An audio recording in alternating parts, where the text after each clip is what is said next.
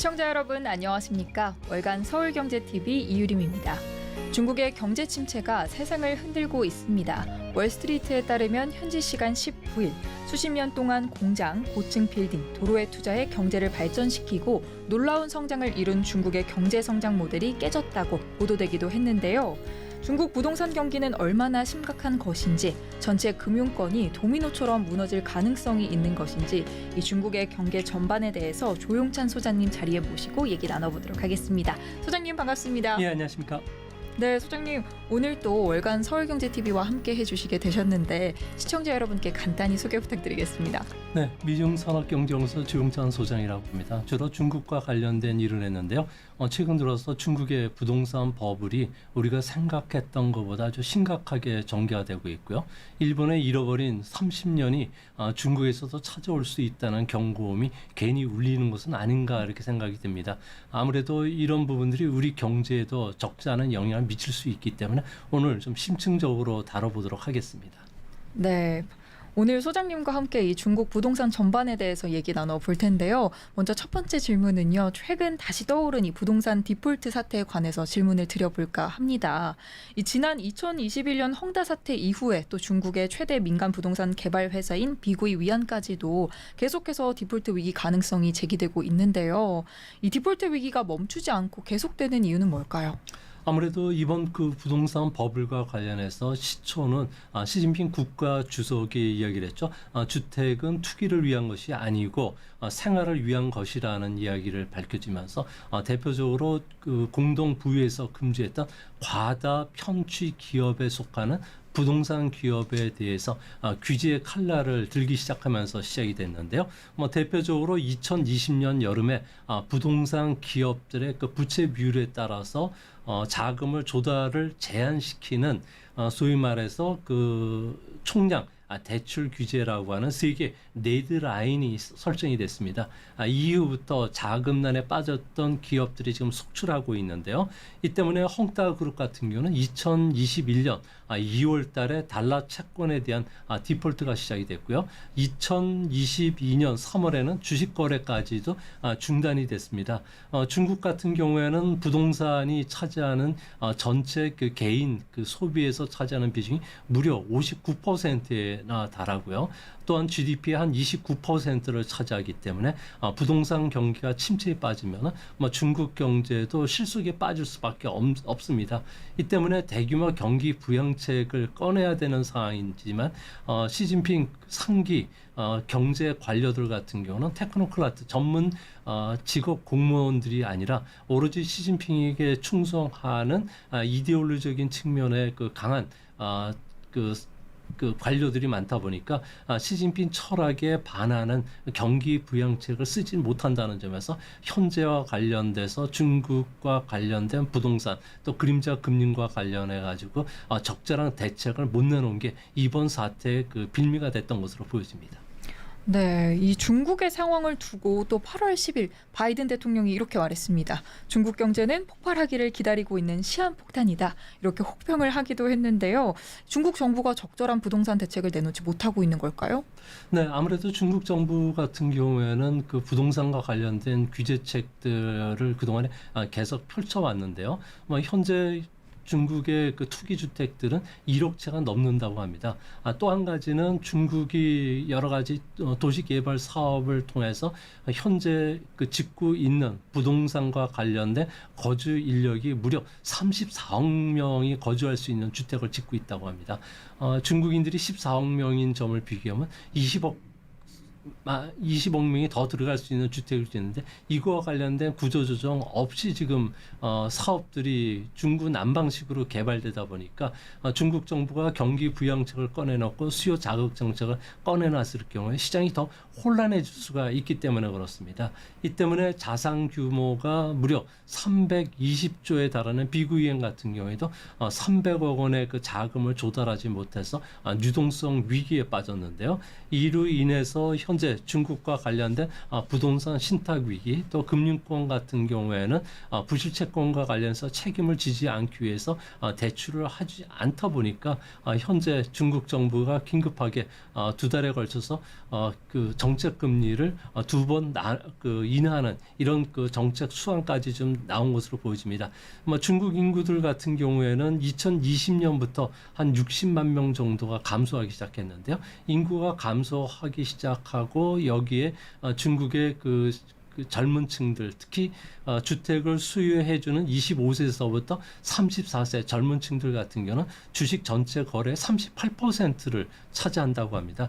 이 사람들이 21년 말부터 2030년까지 무려 4,700만 명 정도가 줄기 때문에 부동산 공급은 늘어나는데 수요는 감소하는 상황이기 때문에 섣불리 조기 부동산과 관련된 부양책을 꺼냈다가는 아무래도 밑빠진 독에 물붓기가 될 가능성이 크다는 점에서 중국 정부도 현재 부동산과 관련해서는 적극적인 그 부양 정책을 꺼리는 그런 모습이라고 합니다. 네네. 제가 오늘 이렇게 소장님 말씀을 듣다 보니까요. 그러면 왜 애초에 중국의 부동산 시장에 이런 버블이 발생했는지 그 이유도 좀 궁금하고요. 이런 걸 연착륙시킬 방법은 없는지도 좀 궁금한데요. 네, 중국 같은 경우에는 1994년도부터 부동산과 관련된 거래에서 지방 정부가 토지 양도 수익을 통해서 재정에 기여할 수 있도록 세법을 개정했고요. 또 1998년부터는 개인들의 그 주택 취득이 완전 자유화됐습니다. 이 때문에 주택 가격 같은 경우에도 베이징을 기준으로 해서 2000년도에는 평당 270만 원 정도가 됐었는데 이게 2022년도 같은 경우에는 무려 평당 2,841만 원 그러니까 10배 정도 올랐고요. 베이징뿐만 아니라 상하이 같은 경우에도 12배 정도 올랐다고 합니다. 이러다 보니까 부동산이 전체 GDP에서 차지하는 비중이 29%에 달할 정도로 워낙 크고요. 또 지주 산업이다 보니까 성장에 미치는 영향 그리고 재정 구조에 미치는 영향이 워낙 컸기 때문에 그렇습니다. 이 때문에 중국 정부는 그동안에 부동산 경기가 악화되면 3년 이상 버틸 수가 없기 때문에 계속적인 경기 부양책을 썼고요. 이번에도 금리 인하를 비롯해서 부동산과 관련돼서는 지방 정부의 그 계약금 규제와 관련된 완화라든지 호적 제한과 관련된 규제도 좀 철폐하고 부동산 개발업자에 대해서 자금을 다시 공급해주는 안도 나왔고요. 또 기존 주택 보유자들 같은 경우에 2주택이든 3주택이든 자신의 주택 보유를 다 매각하고 새로 주택을 샀을 경우에는 다시 은행에서 대출 받는 여러 가지 그 규제안들을 좀 폐지시키는 안들을 내놓긴 했지만 여전히 중국에서는 현재 1억 채 이상의 투기 주택을 갖고 있기 때문에 이번에 그 중국 정부가 부동산과 관련된 근본적인 개혁 정책을 쓰지 못한다면은 일본의 잃어버린 그 30년이 다시 재현될 가능성은 현재로서는 상당히 높지 않나 이렇게 보여집니다. 네, 말씀해 주신 것처럼 이 중국의 부동산 업체들이 다양한 위기를 맞고 있는 가운데 이 신탁 회사도 또 역시나 위기를 맞고 있습니다. 부동산 신탁 회사인 중룽신탁도 지급 중단 사태를 맞았는데요. 계속해서 중국발 리먼 브라더스 사태로 번질 수 있지 않냐 이런 가능성이 언급되고 있는데 어떻게 생각하시나요? 네, 중국에서는 신탁 회사가 의외로 상당히 크고요. 규제가 네. 상당히 그동안에 느슨해 오면서 문어발식 확장을 해왔습니다. 네. 신탁 회사의 자산 규모가 무려 2조 9천억 정도가 되는데요. 9천억 달러가 되는데요.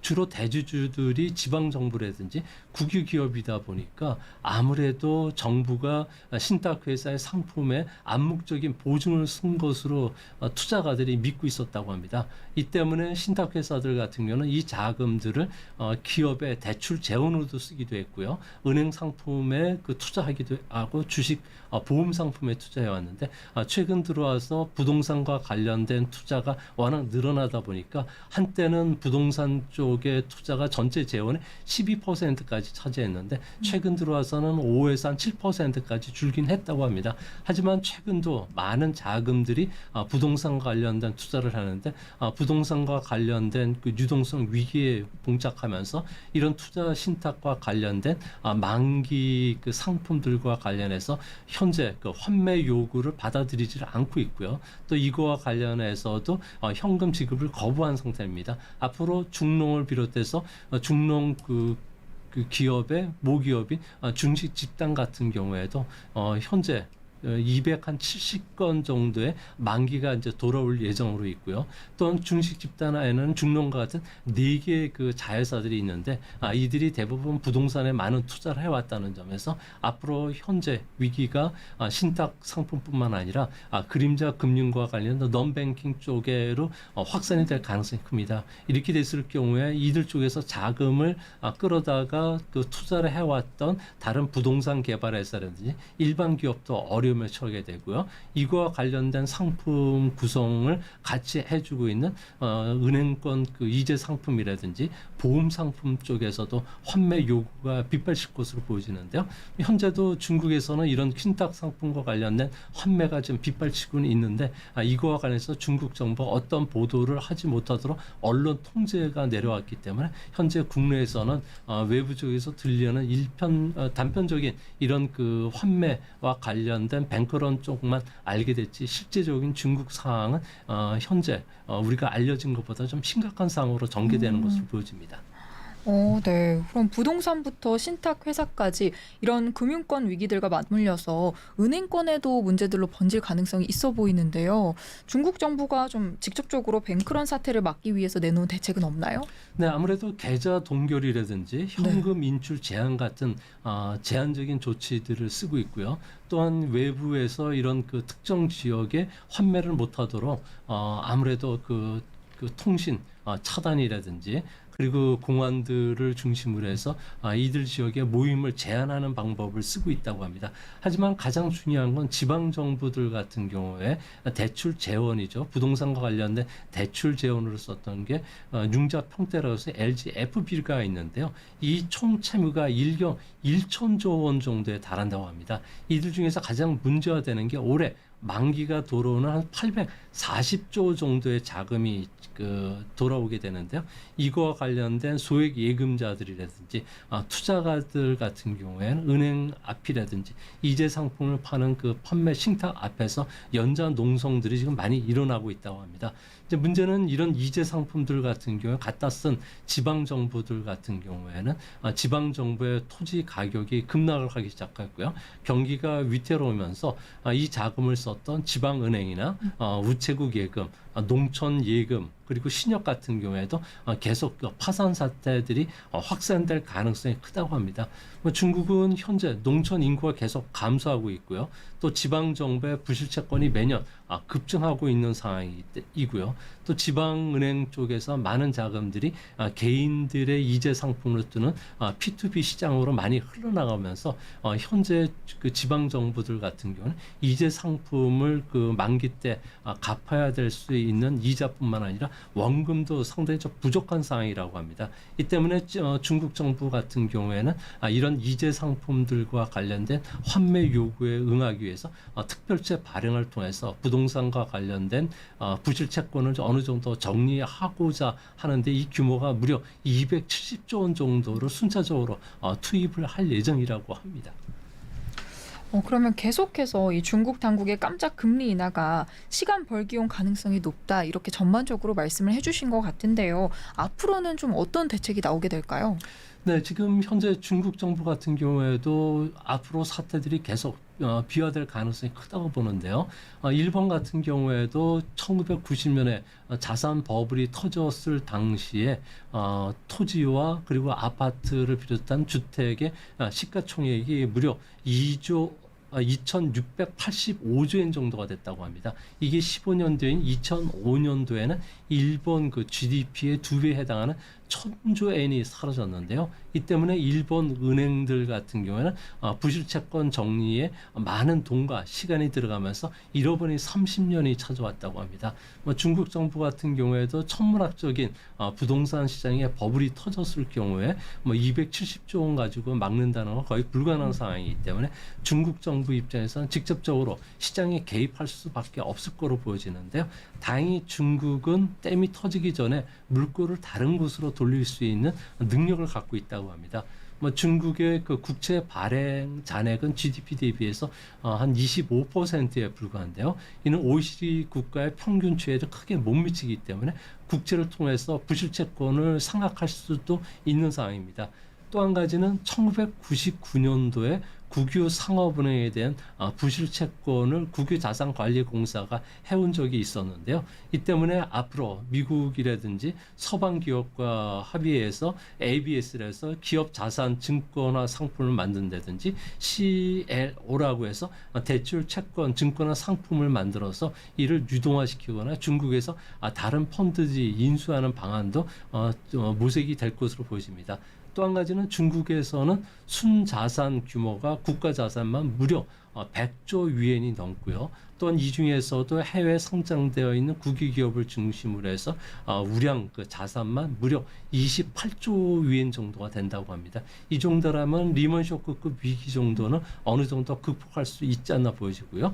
또한 기업 채무를 주식과 교환하는 방법도 쓸 수가 있기 때문에 현재 중국 같은 경우에는 리먼 쇼크처럼 모르고 당하는 그런 위기보다는 중국 정부가 여하튼 간에 현재 위기를 크게 확대시키지 않는 범위 안에서 질서 있는 구조 조정을 좀 추진할 가능성이 상당히 현재로서는 또 높아질 것으로 보여집니다. 네, 또 다양한 앞으로 나올 대책들에 대해서 말씀해 주셨는데요. 이렇게 대책들을 체크해 보기는 했는데 중국의 입장에서는 서둘러서 이 대규모 경제 대책을 내놓지 않고 있는 본질적인 이유가 뭘까요? 결론을 내지 못하는 걸까요?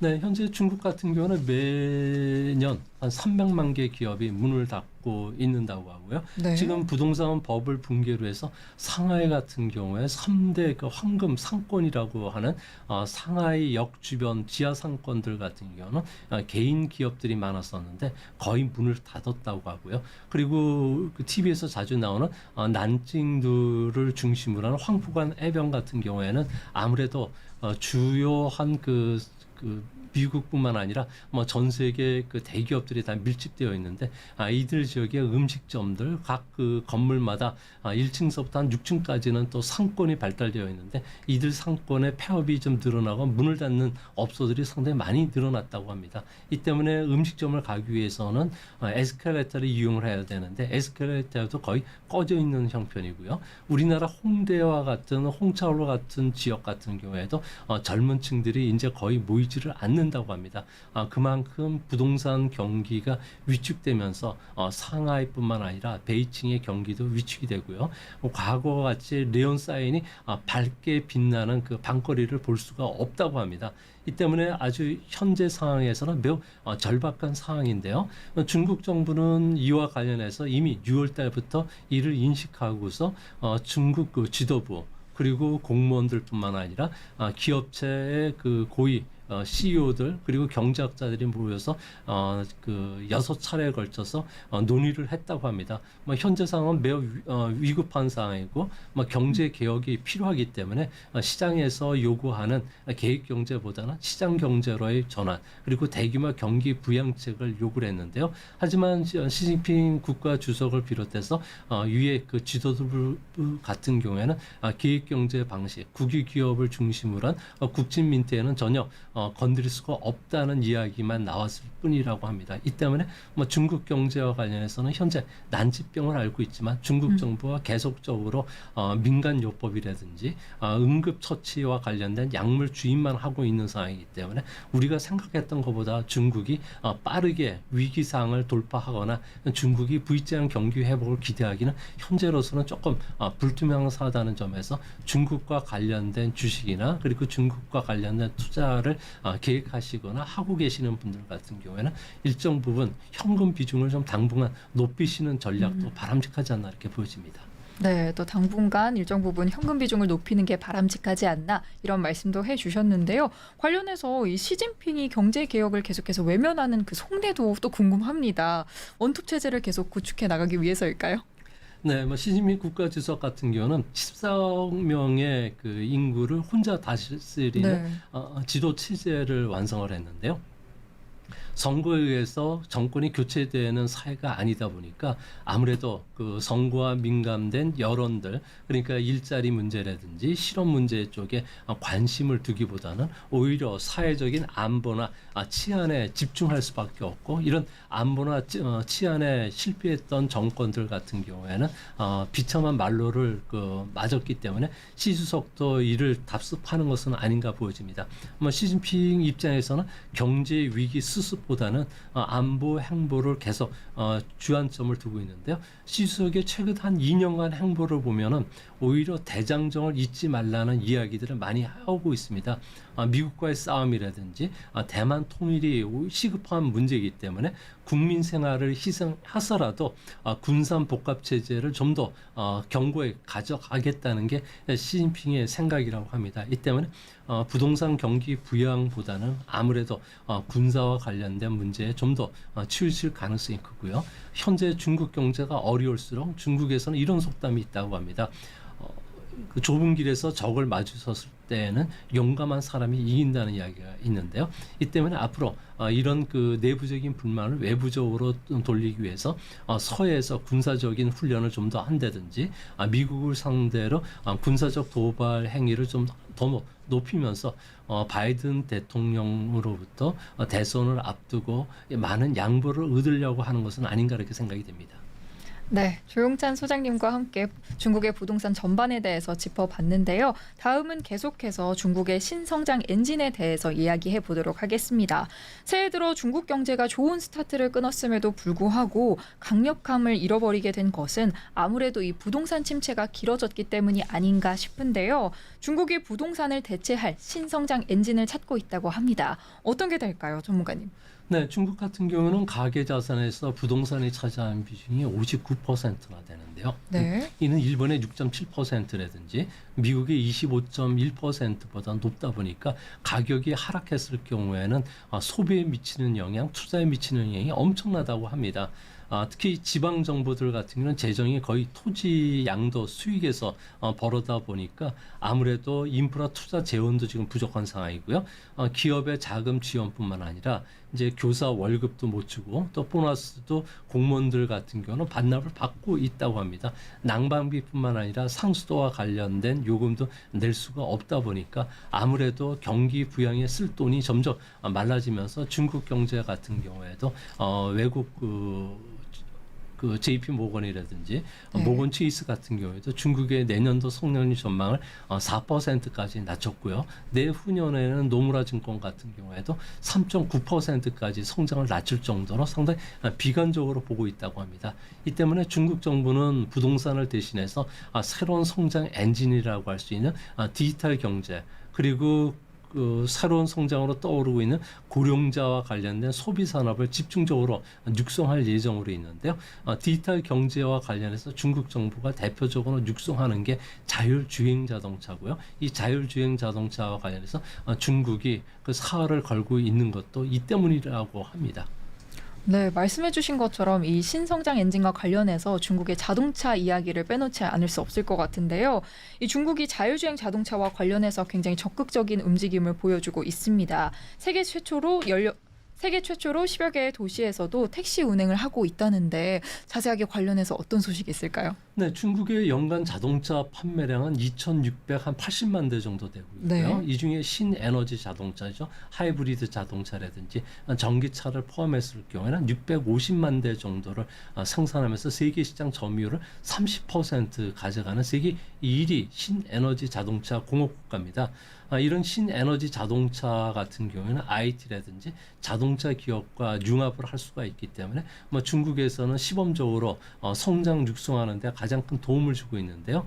이거와 관련해서는 디디 추진과 같은 배차 기업뿐만 아니라 BAT라고 해서 중국을 대표하는 그 디지털 플랫포머들이 자율주행 자동차 구현에 가장 적극적으로 나서고 있다고 합니다. 인터넷 검색 업체인 그 바이두 같은 경우에도 현재 자율주행 자동차와 관련된 소프트웨어 플랫폼인 아폴로를 개발을 하면서 베이징에서는 3월 17일부터 자율주행 택시를 시범적으로 운행하고 있고요. 우한시에서도 200대를 운영하고 있고요. 충칭시를 비롯해서 10개 도시에서도 이와 같은 시험을 하고 있다고 합니다. 베이징시 같은 경우에 앞으로 500 평방 킬로미터까지 이 자율주행 자동차와 관련된 시험 구간을 넓힐 예정으로 있다고 하는데요. 2025년까지는 그 레벨 5의 그 자율주행 자동차를 실현할 예정으로 있고요. 2030년도에 들어가면 세계 최초로 레벨 6의 그 하이 레벨 자동차와 관련된 부분까지도 시험을 하겠다는 생각이기 때문에 이 부분과 관련해서 아무래도 중국이 세계 최대 자율주행 자동차 시험 그 지역이 되지 않을까 생각이 됩니다. 네, 그렇다면 이 중국의 자율주행 운전 기술력이 얼마나 올라왔는지, 그리고 또 전 세계의 다른 기업들과 비교해서 어느 정도 수준인지도 궁금한데요. 네, 중국의 장쑤성에 있는 수조라는 시가 있는데요. 이 지역이 전 세계의 자율주행 자동차와 관련된 그 가장 발달된 도시라고 합니다. 시내 고속철도 주변 그 한 29km 사방에 자율주행 택시라든지 소형 버스와 관련된 실험이 지금 진행이 되고 있는데요. 100개 이상 기업들이 모여 있고요. 여기에 보면 뭐 소프트웨어 알고리즘을 만드는 기업, 시뮬레이션을 테스트하는 기업, 통신망과 관련된 세부적으로 업무를 분장하는 기업들이 나오고 있다고 합니다. 한 50여 종의 차량들이 현재 테스트를 하고 있는데요. 뭐 도로나 인프라와 연계된 어플리케이션이 지금 깔려 있는 상태고요. 뭐 자율주행 택시와 관련해서도 시험이 상당히 빠르게 진행이 되고 있는데요. 아무래도 스마트폰에 깔린 웹을 통해서 언제든지 택시를 호출할 수가 있고요. 또 여러 개의 센서뿐만 아니라 카메라가 내장된 택시들이 부를 때마다 항상 그 구간에서는 언제든지 그 도착을 한다고 합니다. 뭐 정해진 위치에서 손님들을 태울 수가 있고요. 또 상황을 인식하면서 본부와 연락을 취하면서 자율주행을 하고 있다고 합니다. 뭐 기사들이 운전할 때와 비교해 보면 승차감에 별차가 없다고 하고요. 또 승차 전에 설정해둔 그 차내 온도뿐만 아니라 음악 선곡도 가능하기 때문에 뭐 쾌적한 시간을 보낼 수가 있다고 합니다. 이제 갓길 정차를 피하기 위해서 차선 변경도 가능하고요. 우회전, 좌회전도 가능하고 각종 센서들이 주변의 그 차량이나 보행자 자동차를 좀 인식하는 기업도 뛰어나다고 하는데요. 제가 그 방송에 오기 전에 이곳 상암동에서도 자율주행 자동차가 운행하는 모습을 눈여겨봤습니다. 뭐 1시간 전에 봐왔는데요. 우리나라 자율주행 자동차 같은 경우는 갓길 정차에 여러 대가 서 있으니까 제대로 주차를 하지 못하고 약간 혼선을 빚고 있는데 중국은 이것보다도 확실하게 여러 차가 있어도 중간에 정차하는 모습을 보여준다는 점에서 기술력이 우리보다 조금 앞서 있는 것은 분명해 보입니다. 그리고 자율주행 자동차는 구분이 상당히 편한데요. 지붕에 커다란 센서가 달려있는 차는 자율주행 자동차로 보여집니다. 이용 시간은 아침 9시서부터 저녁 4시까지고요. 또 노선만 주행을 할 수가 있는 상황이고 또 승차 거리도 비교적 좀 짧은 상황이라고 합니다. 가장 그 큰 문제점은 기술 발전 속도에 비해서 법규가 지금 따라오지를 못하고 있다는데요. 작년 상반기에만 주행 테스트 구간에서 교통사고가 18건 정도가 발생했는데 시험 도로 내에서 그 사고가 발생했을 경우에 차량 소유자가 그 변성을 할지 아니면 관리자가 이와 관련된 변성을 할지 책임 여부가 여전히 불투명한 상황이라고 합니다. 네, 또 중국에서는 이 세계를 대표하는 뛰어난 IT 기업이 많잖아요. 현재 자율주행 분야를 선도하는 중국 내 기업은 또 어떤 기업들이 있을까요? 네, 중국과 관련해서는 이런 기업들이 상당히 좀 많은데요. 현재 중국에서 그 기업들과 관련해서 현재 레벨 3 그러니까 자율주행을 그 특정 구간에서 사람이 그 개입 없이 할 수 있는 그 마지막 단계가 레벨 3인데 이런 레벨 3와 관련된 기업들이 상당히 많다고 합니다. 그 중에서도 대표적인 기업이 바이두, 알리바바, 텐센트가 되는데요. 바이두 같은 경우에는 미국 캘리포니아 주에서 시범적인 그 주행 운전을 지금 하고 있고요. 또 배차 플랫폼인 그 아폴로를 통해서 이와 관련해서는 10여 개 도시에서 서비스를 하고 있는데 연말까지는 30개 도시로 확대시켜줄 예정으로 있다고 합니다. 이런 바이두 같은 경우에는 자율주행과 관련된 소프트웨어뿐만 아니라 표준 전지 팩을 개발한다든지 그리고 전기 그 교환 스테이션이라든지 건전지 리스 서비스도 제공을 하고 있고요. 또한 그 알리바바 같은 경우에는 길리 자동차와 함께 하고 있는데요. 고성능 컴퓨터와 관련된 클라우드 서비스는 알리바바가 제공하고요. 자율주행 자동차 운전이라든지 제조 라인과 관련된 협력은 길이가 하고 있다고 합니다. 텐센트와 관련해서는 BMW 자율주행 자동차 레벨 4 정도를 지금 하고 있는데요. 레벨 4라는 것은 아무래도 PC 조작이나 게임, 독서 그리고 식사를 하면서도 어느 정도 특정 구간을 재해놨을 경우에는 자율주행을 할 수가 있는 구간이라고 합니다. 이제 앞으로 많은 기업들이 자율주행과 관련된 레벨 5에 도전을 하고 있는데요. 아무래도 레벨 5에 도전을 했을 경우에는 입력된 고정밀 그 지도뿐만 아니라 통신 사각 지역이 없는 그 자기 측이도 가능해야 되고. 도로 위에 그 장애물과 관련된 센싱 문제라든지 방대한 빅데이터를 수집한다든지 검증을 통해서 의사결정을 내리게 편하게 해줘야 되는데 이런 부분과 관련해서 많은 기업들이 투자하는데 대표적으로 중국에서 배차 기업이 디디 추싱도 이에 뛰어들고 있고요. 중국에서는 5G와 관련돼서는 아무래도 자율주행 그 단계가 올라갈수록 이들 기업이 필요하기 때문에 중국의 그 5G 기술국을 갖고 있는 통신 회사들도 이와 관련된 연구들을 상당히 많이 하고 있다고 합니다. 이런 측면에서 보면 우리나라도 중국에 뒤처져 있는 부분들이 있는데요. 이 부분들을 좀 하루속히 빨리 기술력 격차를 좀 줄이는 작업들 또 투자와 관련해서 많은 정부의 지원이 있어야 되지 않나 이렇게 보여집니다. 네, 소장님께서 소개해 주신 것처럼 이 다양한 기업들이 자율주행에 뛰어들면서 그만큼 앞으로 자율주행이 불러올 파급력도 엄청 커질 것 같은데요. 우리가 중국의 자율주행 자동차와 경쟁해서 조금 앞서 나갈 수 있는 부분이 있는지 또 있다면 어떤 비즈니스 기회가 있을지 소개해 주시죠. 네, 중국 같은 경우는 14억 인구를 그 선점하기 위해서 기업뿐만 아니라 지방 정부가 대규모 투자들을 하고 있고요.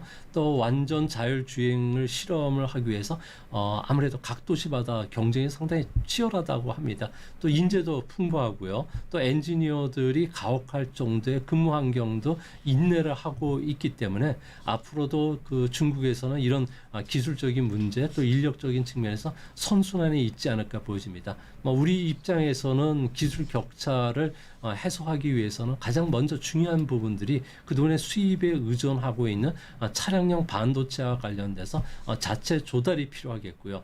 자율주행 자동차의 그 표준화라든지 그리고 최적의 기술 파트너들을 조합시키는 문제들을 해야 되는데 이런 문제와 관련해서는 우리가 중국보다는 상당히 좀 뒤쳐져 있는 면도 강합니다. 또 한 가지는 전략적인 그 광물이죠. 리튬이라든지 코발트와 관련된 확보도 또 필요하겠고요. 그리고 삼성전자나 LG전자, 현대자동차와 관련해서는 중국보다 좀 앞서 나간다는 점은 자동차 인텔리전스 콕핏이죠. 구성 요소라든지 기능적인 측면에서는 우리가 아무래도 디자인적인 측면이 더 강하기 때문에 자동차 구매층이 젊어진다는 측면에서 레벨 4 이상의 자율주행 자동차 같은 경우에는 일상 업무를 차에서 한다든지 차 안에서 휴식 공간을 취할 수 있는 이런 기능이 필요한데 이런 다채널 융합 인터넷 콕핏 같은 경우에도 우리가 중국보다는 상당히 좀 앞서가 있고요. 또 감성적인 측면에서도 만족도가 상당히 높다고 합니다. 탑승자들 같은 경우는 차 안에서 나만의 그 공간이 상당히 필요하기도 하고요. 또 승용차에 탑승한 승객들에 대한 그 심박수, 상체 신호 같은 경우에도 이걸 체크해서 미리 진단해 줄 수 있는 문제, 그리고 차 안에서 엔터테인먼트 기능을 수용하기 위해서 혁신적인 헤드업 디스플레이라든지 3D 멀티태스킹과 같은 여러 가지 기능들이 있는데 이런 부분에서는 중국보다는 우리가 상당히 좀 앞서 있고요. 이런 것은 기존에 있는 승용차에서도 분명히 나타나기 때문에 이거와 관련된 그 디지털과 관련된 에콜로지 등의 기술력에서는 우리가 상당히 좀 앞서 나갈 수밖에 없지 않나 보여집니다. 이제 앞으로 레벨 5 이상의 그 고성능 자율주행 자동차 같은 경우는 고전력이라든지 리튬 이온 전지 오염 문제에 대해서도 신경을 써야 되기 때문에 앞으로 이 문제와 관련해서 우리가 조금 더 앞서 나간다면 중국과의 기술 격차를 빨리 줄이고 우리가 시장을 선점할 수 있는 유리한 기회가 찾아오지 않을까 보여집니다. 네, 이 자율주행 관련해서 우리가 중국과의 기술 격차를 빨리 좁혀나갈 수 있을지 또 앞으로 기대가 되고요. 계속해서 미국과 중국의 갈등 이야기로 넘어가 보도록 하겠습니다. 이 바이든 대통령은 새로운 대중국 투자 규제를 발표했는데요. 이 미국의 자본이 중국 첨단 기술 분야에 투자되는 것을 규제하기로 했다는 내용인데 자세한 내용이 어떻게 되는지 또 궁금합니다. 소장님. 네, 미국 같은 경우는 기업과 개인의 대중국과 관련된 첨단 반도체, 양자 컴퓨터, 인공지능과 관련된 세 분야에 대한 규제를 앞으로 엄격하게 금지하게 되는데요. 슈퍼컴퓨터에 쓰이는 그 반도체 같은 경우에는 고도 기술 개발에 쓰이기 때문에 앞으로 원천적으로 금지가 됩니다. 이제 차세대 반도체와 관련해서는 현재 우리 입장에서는 네.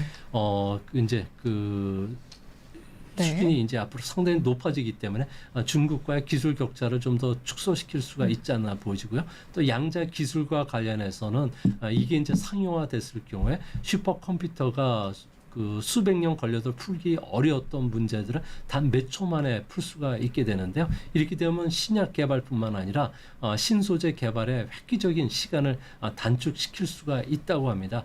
특히 IBM, 인텔이라든지 마이크로소프트 같은 경우에는 아무래도 이 분야에서는 세계적으로 선도하는 기업이 되는데요. 우리나라도 3조 원 정도를 투입을 해서 컴퓨터 보안이나 센서 기술 그리고 6G 통신 쪽에서도 활용을 예정으로 있다고 합니다. 만약 양자 컴퓨터가 상용화된다면은 스마트폰 크기의 양자 컴퓨터가 손바닥에 들어오기 때문에 지금까지와 다른 디지털 혁신이 일어나게 되는데요. 양자 컴퓨터와 관련해서는 중국이 우리나라와 기술 격차를 보면 중국을 100으로 봤을 경우에 우리나라 85 정도 된다고 합니다. 아무래도 기술력이 떨어졌기 때문에 이번에 미국의 그 기술과 관련된 규제를 우리의 호기로 이용한다면 중국과 기술 격차를 줄일 수 있지 않나 보여지고요. 특히 AI와 관련해서는 규제가 상당히 강화되는데요. 이제 앞으로 모든 AI와 관련된 투자는 할 수가 없게 됩니다.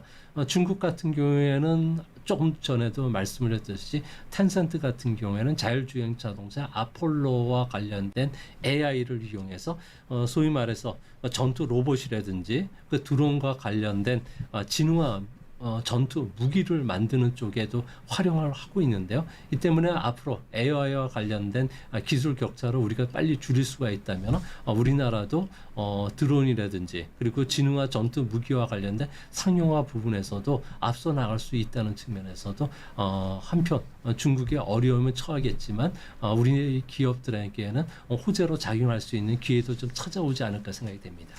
네, 소장님이 말씀해 주신 것처럼 우리나라 기업들에게는 또 호재가 될 수 있지만 중국의 입장에서 봤을 때는 앞으로 계속해서 미중 갈등이 더욱 고조되겠다 이런 생각도 드는데요.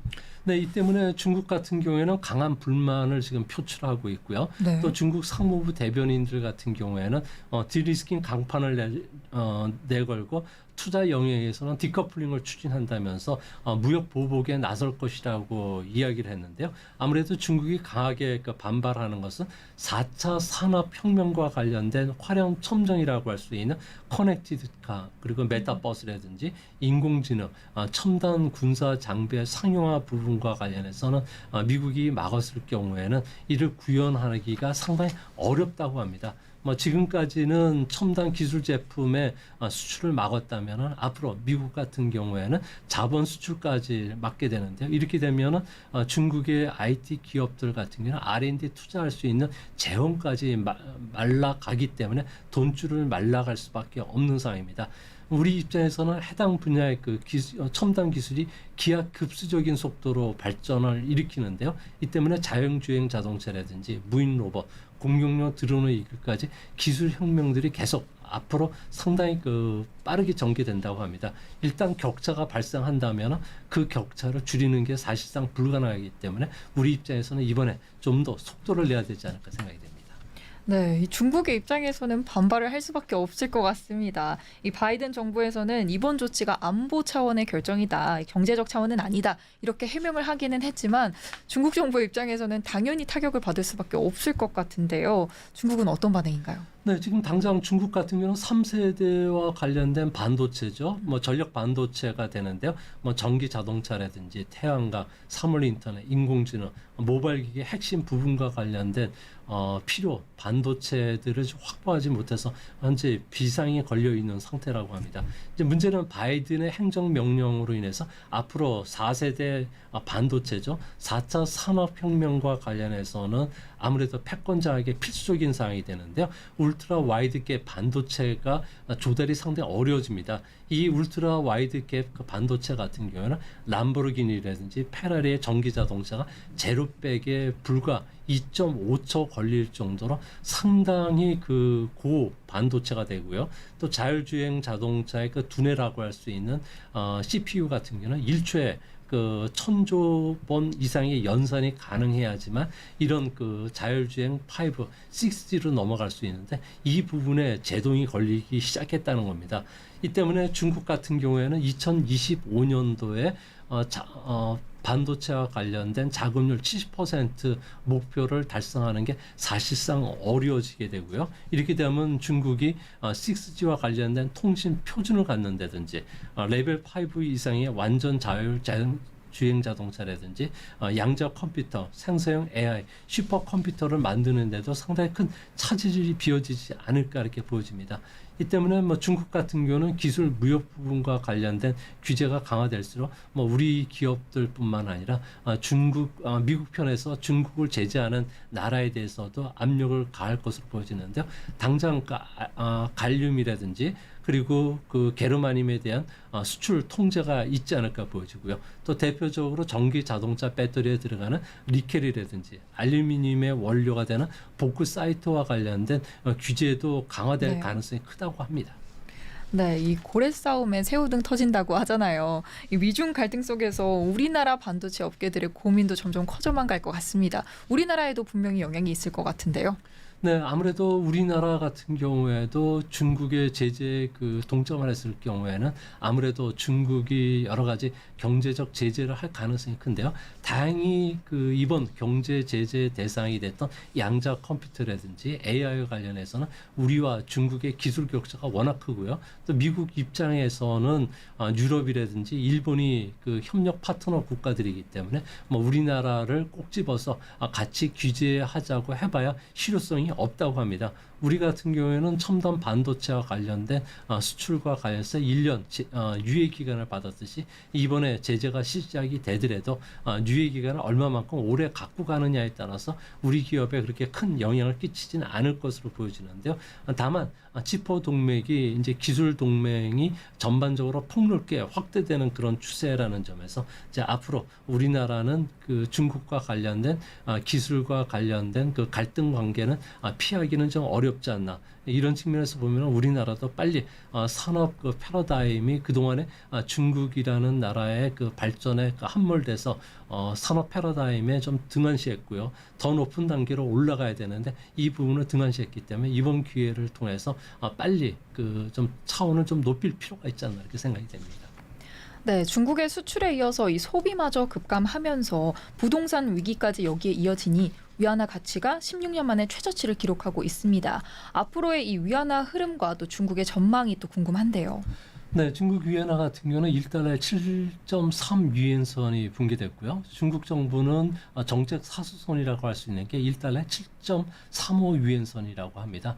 일단 7.35 유엔선은 국유 상업은행을 통해서 외환 시장에 개입할 것으로 보여진다는 점에서 어느 정도 지지는 받겠지만 앞으로 무역 수지도 악화될 것이고요.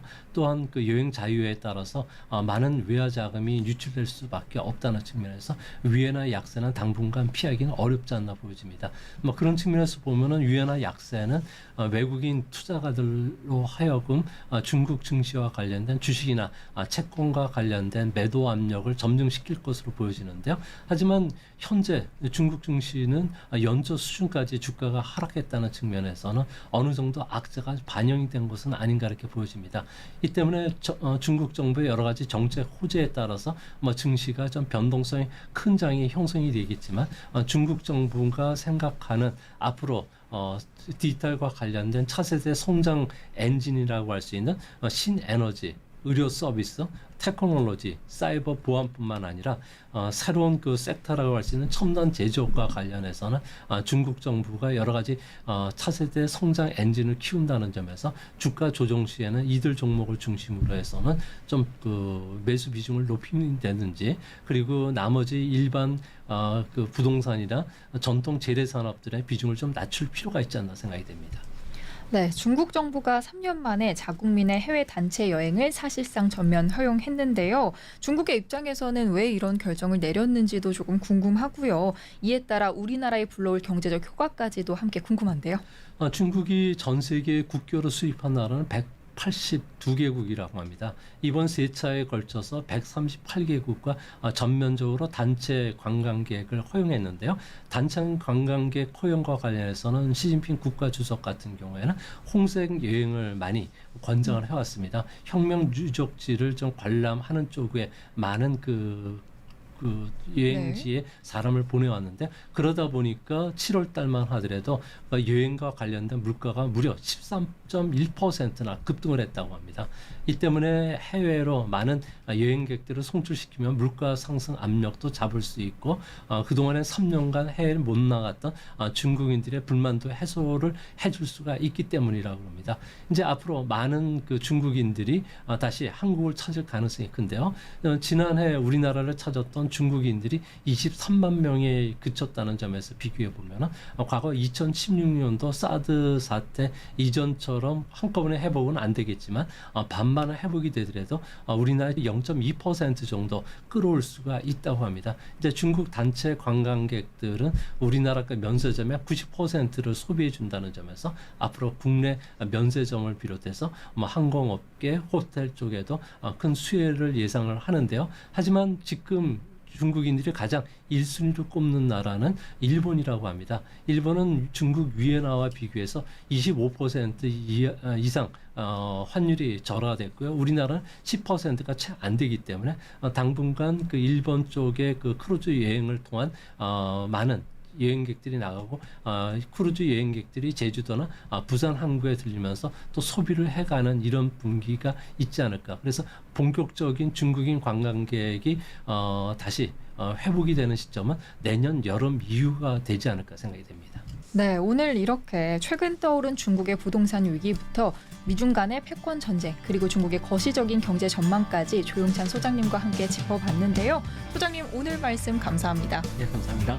네, 오늘 함께해 주신 소장님 너무 감사드리고요. 월간 서울경제는 다음 이 시간 또 유익한 정보들과 알찬 소식들과 함께 찾아오도록 하겠습니다. 시청해 주신 여러분 고맙습니다.